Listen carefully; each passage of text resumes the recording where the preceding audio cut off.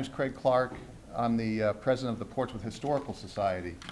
Today we're celebrating our 5th annual, I think we had a little break with COVID, but 5th time that we have celebrated the 350th anniversary of the founding of Portsmouth and the 227th anniversary of our nation. Each year we celebrate the founding of our town and subsequent founding of our nation. To celebrate these events, we've established original documents for your viewing that include the town's compact of 1638 and the town's 1776 copy of the Declaration of Independence. I'd like to thank those attending today for this. It's really amazing to me that on a Tuesday afternoon, the sort of representation we have from the town. It really does show how important this is to our community.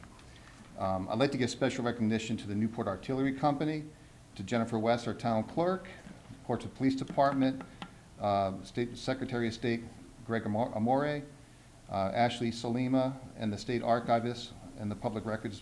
She's a Public Records Administrator. Also in attendance today is our representative, State Representative Terry Cortrin, David Gleason, and Len Katzman, as well as other members of the Portsmouth Historical Society directors. I'd like to start with the Pledge of Allegiance, if we could all stand. I pledge allegiance to the flag of the United States of America, and to the republic with which stands one nation, under God, indivisible, with liberty and justice for all. Thank you. Please be seated. I'd like to ask Len Katzman. He's our Vice President of the Portsmouth Town Council to say a few words. Thank you, Len. Thank you very much. Thank you, Mr. Clark. And I'd like to say welcome to all the members of the Portsmouth Historical Society, and thank you for organizing this. I'd like to thank the Secretary of State for coming down, but more than acknowledging individuals and dignitaries, I'd like to thank all of you, because the Compact of 1638 represents individuals coming together for a common purpose to serve each other and serve the public good, and found a town which came to be known as the town of Portsmouth. The Compact of 1638, the birthplace of democracy, except it's not. Mr. Garman may talk about that. He certainly has in the past. But I mention that phrase as being untrue because history matters. Every day, it's important to know what's happening today, what's happening yesterday, and what happened 385 years ago. And to get the facts straight. But still on the topic of history, the Secretary of State's office is responsible for the maintenance of the state archives. And we're very glad to welcome to Portsmouth Secretary of State Greg Amore.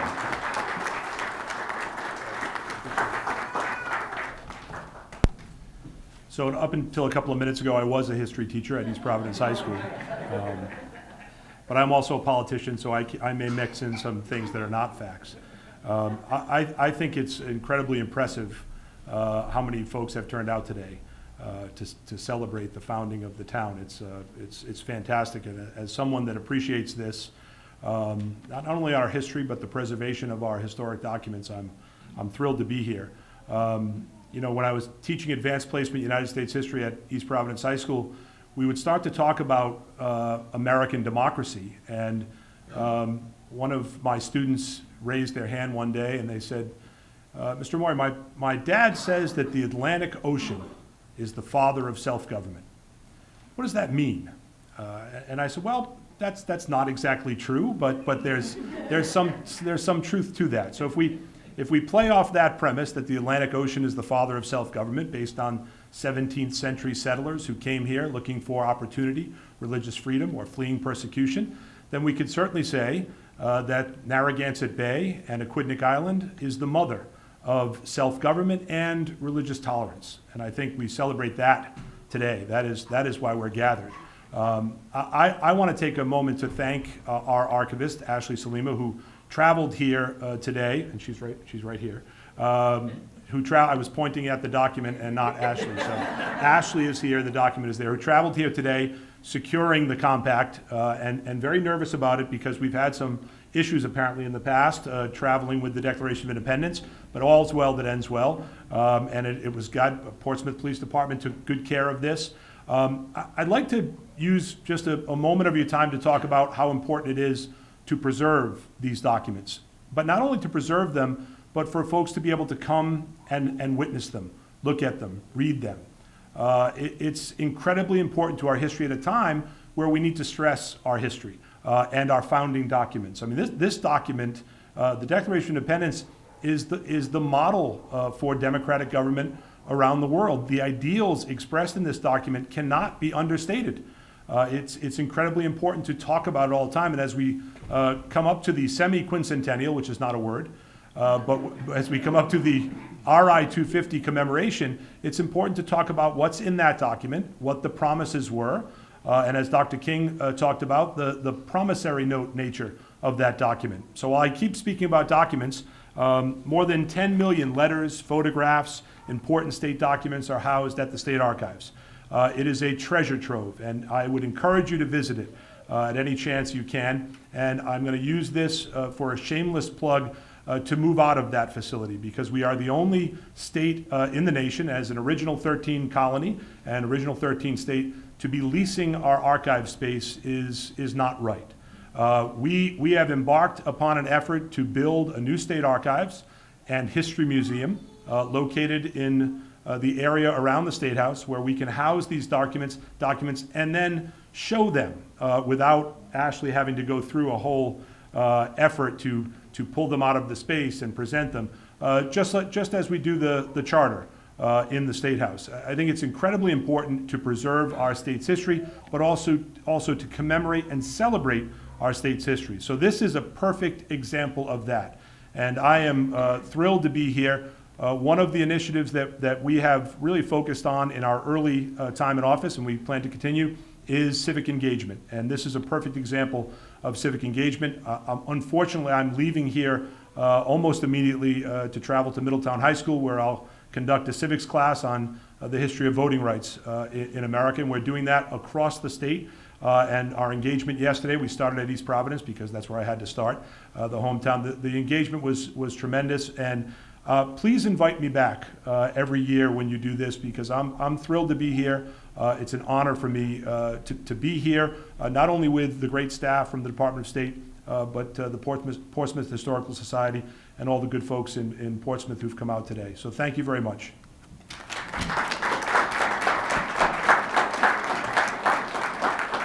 Now you get to hear from James Carmen. And he will set you straight on anything that I may have said that's inaccurate.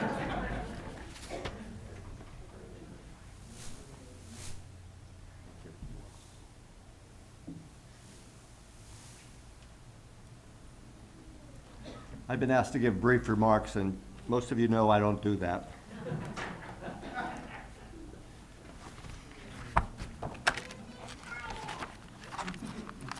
What a treat it is to be here with these two documents.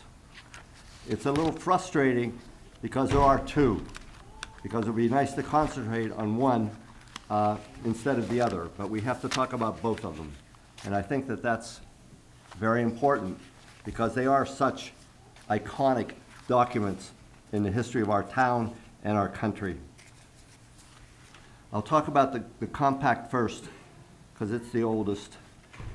First of all, a little bit of quick Portsmouth history. Anne Hutchinson came to Boston in 1634. Boston was a very rigid society. They called it a theocracy because it was run by the priesthood, the ministers. So political power was religious power as well. She decided that she was going to help the ministers of the church by having small groups after the service and in the middle of the week to talk about what the minister said. And in some cases that ended up being criticism of what the minister said, using the Bible as her main guide. Eventually, this got so popular that the government decided that something had to be done about her. And so she had two trials. One was civil, one was religious. The end result of all that was in 1637, she was banished from Massachusetts. They told her she could go anywhere she wanted, just out of Massachusetts, because she was interrupting everything that was going on. So she had a group of followers, some of whom also were banished, but not all of them. And they decided that, okay, we got to go somewhere else. Where are we going to go? It's interesting to see. They actually explored and went there in some cases, Delaware, New Jersey, and all over the place. Well, they got in touch with Roger Williams, who had settled in Providence. He also had been banished, by the way, from Massachusetts because, again, he was too independent. So they looked for a place to go, and with Roger Williams' help, they decided that Aquidneck Island was a good place to come. And so they decided before they left Boston that they were going to write a statement that was going to determine what their plan was. And that's what we have in front of us. 385 years ago, John Clark sat down to write that document. Really a special part of our town's history. And what the document was an agreement essentially to band together in a settlement. It's much like the Mayflower Compact back in 1620 when the Pilgrims came to Cape Cod and decided, what are we going to do about these people we see on the shore? Are they going to be hostile toward us or what? Well, what we better do is band together for our common good and our common defense. And so that's what that was the plan, and that was the plan of the Portsmouth Compact also. There's one significant difference about this compact, however. It's very important. There's no mention of a king. They were under British law, and the king, Charles I, was the king. There's no mention here. This organization was going to band together under God's law. That was the plan. There was no mention of any British government agency of any kind in this document. Is it a Declaration of Independence? Nah, not really. Because if it were, everybody would have signed it. And Hutchinson couldn't sign it. We had slaves here early on. They couldn't be involved. And of course, it's just all male-dominated. So it's not really, if you think about democracy in the terms of pure democracy, of everybody being equal, it doesn't fit that category. And that statement was put on signs around town for a long time, back in the 50s and 60s. Anyway, so Roger Williams got some local Native Americans to negotiate with the leaders of this compact, of this settlement when they got here. The real leader of the colony was William Coddington. And John Clark was also a leader. Anne Hutchinson was kind of an inspirational leader, but not a political leader. Her husband was, William Hutchinson. And so they were involved. They negotiated with two names of Native Americans who were on the island, but their center of their whole organization was in Narragansett, what we call Narragansett today. And so they negotiated with Miantinomi and Canonicus. And they agreed, the Native Americans agreed to sell the island to the settlers. The price is hard to imagine. It's hard to imagine the value of it. 10 coats, 20 hoes, and 40 fathoms of white beads.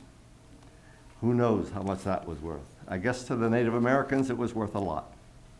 So they came here in the early months of 1638. One problem we have with this, by the way, and this is important to understand, it's important to understand the confusion of it, is that they were on a different calendar. March was the first month of the year. And so when we celebrate March 7th as the day of the compact and the day of the settlement of Portsmouth, that's probably not exactly accurate if you really want to pin down the date. But nonetheless, it's the date they used, it's the date they agreed on, and so just realize there's a calendar confusion. Okay. So they're signing this agreement to be governed in this settlement under God's law. and as the compact says, to be guided and judged thereby. Okay. So they signed the compact. Again, they signed it in Boston. Coddington was the first name. Clark was the second. William Hutchinson was the third. And then also signing this compact among the signers were John Sanford, who was Anne Hutchinson's son-in-law, Edward Hutchinson, who was one of her sons, and Thomas Savage, who was a son-in-law of Anne Hutchinson, but he probably never came, and Edward Hutchinson, who was William's brother. So it's kind of a family affair, the way they for the signers. There are on the compact, if you look closely at it, there are 4 names at the bottom which have a line drawn through them. These are people who signed the compact probably in Boston and did not come with the original settlement in 1638. They, 3 of them eventually did come. Thomas Savage, that I mentioned before, did not come. And he was later, and this is really weird, when you consider these people were exiles from Boston, he later was the governor of Massachusetts. I don't know how he worked that. So there are some scratch-offs on the bottom, though. Again, the emphasis is they are not going to be governed by any king's law. They're going to be governed by God's law. And that's really the major emphasis.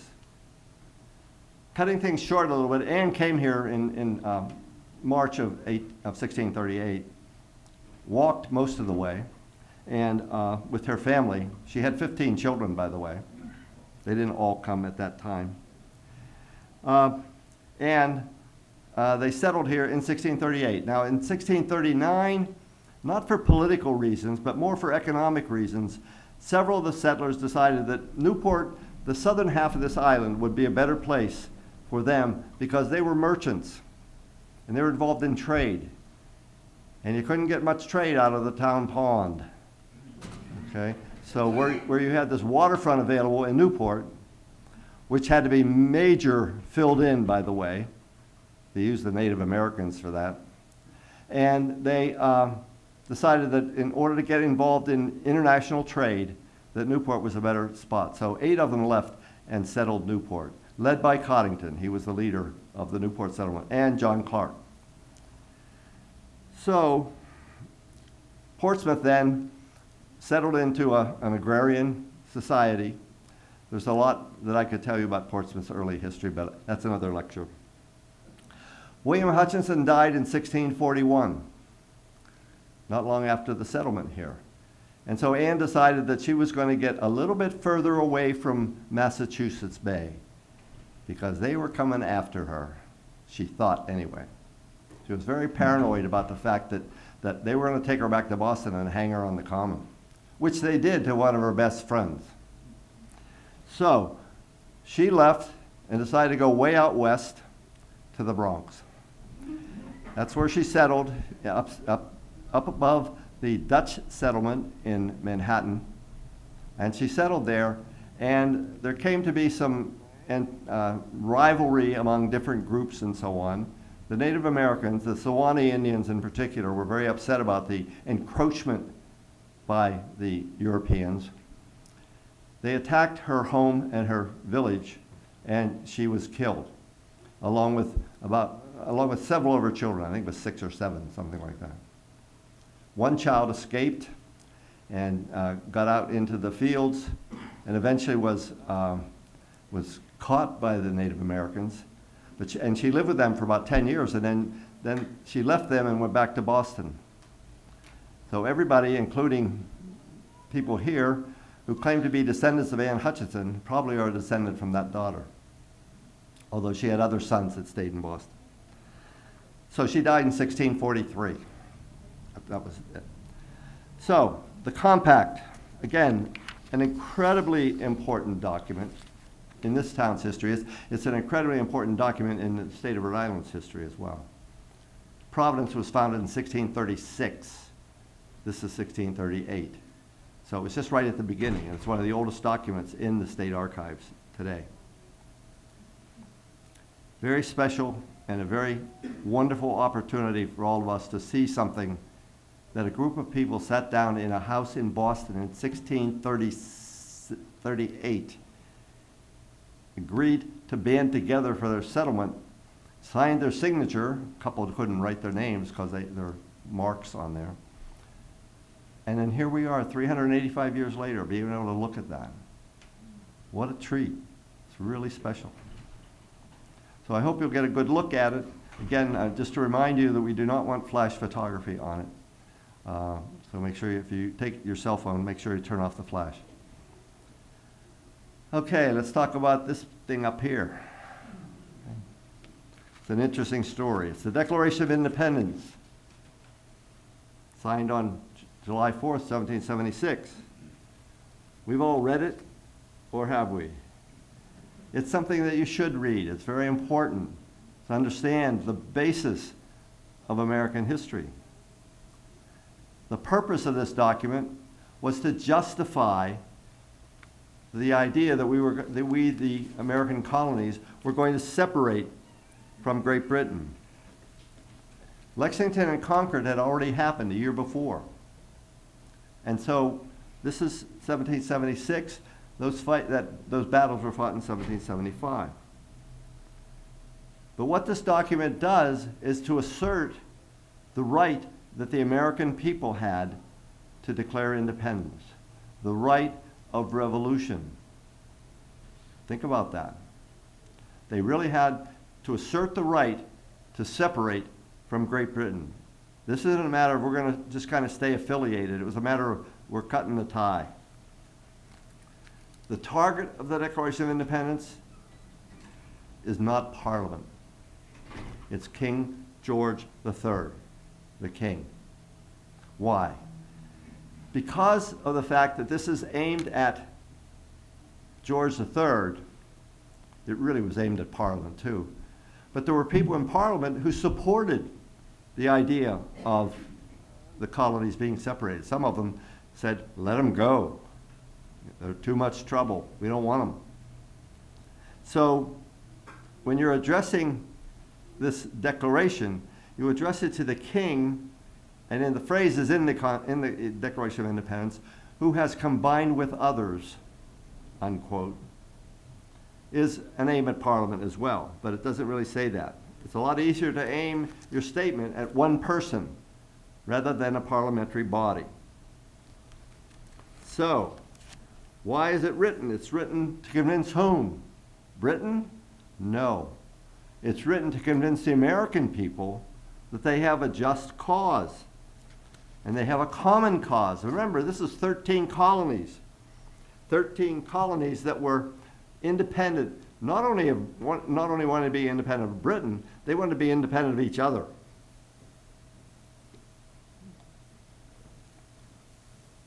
So, what's going to happen in this statement is that we're going to submit facts to a candid world.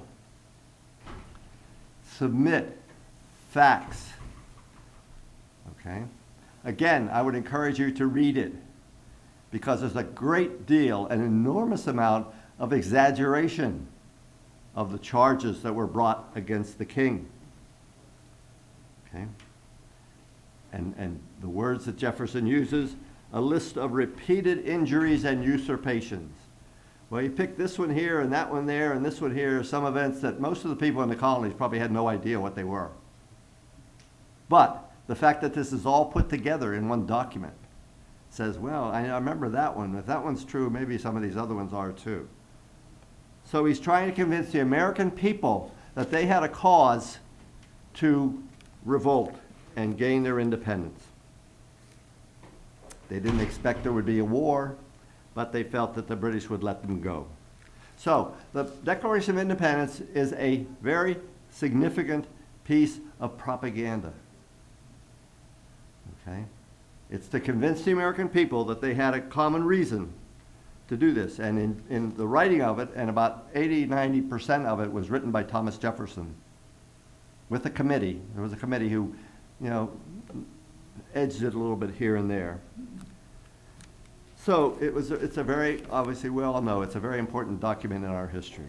So this copy, a Newport printer by the name of Solomon Southwick, on July 13th, 1776, just a week or so after the meeting in Philadelphia, made a couple dozen copies of the Declaration, and they were circulated, one to each town. Each town in Rhode Island got a copy of the Declaration. And they were copies of the first printing, which was done by John Dunlap in Philadelphia. The copies were signed on the back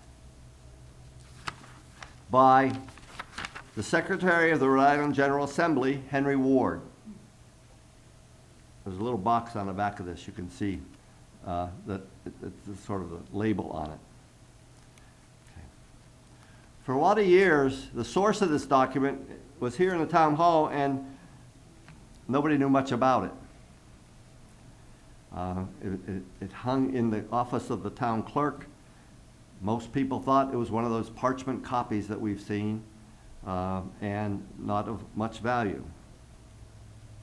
Our town's police chief, John Pierce, who was a historian, tried to convince several town clerks that it really might be valuable. Nobody really examined it very closely. In 1984, the town's clerk's office was repainted, and this copy disappeared for a while. I started doing research in the town hall about 1985-86. I still do. Any case, I remember seeing behind a filing cabinet in a broken frame, the glass wasn't broken, it was just detached from the frame, sitting on the floor, back in this office, back in the corner here. So we thought it was just a copy. Every town clerk's office should have a copy of the Declaration of Independence. In 1987, John Pierce, with the help and close association with the town clerk, who was Carol Zinno at that time, decided to see if it was of any historical value. They brought in a professor from Brown, they brought in a bookstore owner from Newport, and they looked it over and they said, we think it's authentic. We think it's real from 1776. It was sent to the National Archives in Washington for authentication. And when that was done, it was verified as an absolute copy and the time frame of July 13th. So, research had been done, and of all the towns in Rhode Island that got one of these, this is the only one that is in its original destination. There's one at Brown, there's one in the State Archives, there are several in private hands. So one of 8 that still exists, the only one, as I said, in its intended location. So take a look at it, if you haven't already done so, and really enjoy this part of our history as well. And when you go home, look up a copy of it, read it, reread it if necessary. It's an incredibly important part of our history and something that we should really be well aware of what it says. It is not a constitution. Some people think it's the Constitution. It isn't. It's a declaration of independence from Britain. And it's masterfully written by Thomas Jefferson and others. And it's something that really is very special. So, in conclusion, what a treat it has been for us to have these 2 documents here. They're a very special part of history. I've been teaching history since 1965, and I think that it's just really a great opportunity for us to see something that is an important part of both town history and federal history. They're really important documents, both of them. I hope that you will get a chance, if you haven't already, to take a look closely at them.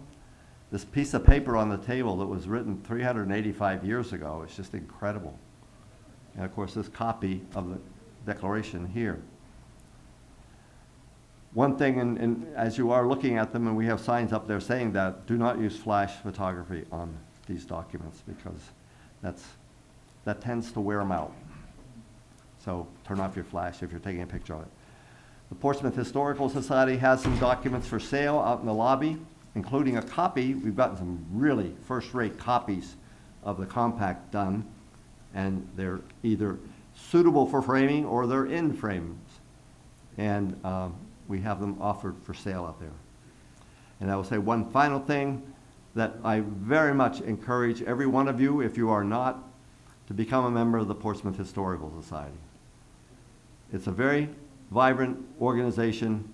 We do lots of lectures and meetings and things like that, and we really encourage you not only to be a member, just to sign up and pay a few dollars, but to participate and to get involved. So with that, I will conclude. Thank you very much for coming. This is a great turnout. It's one of the better turnouts we've had over the 5 years. And I really appreciate your coming, and thank you so much.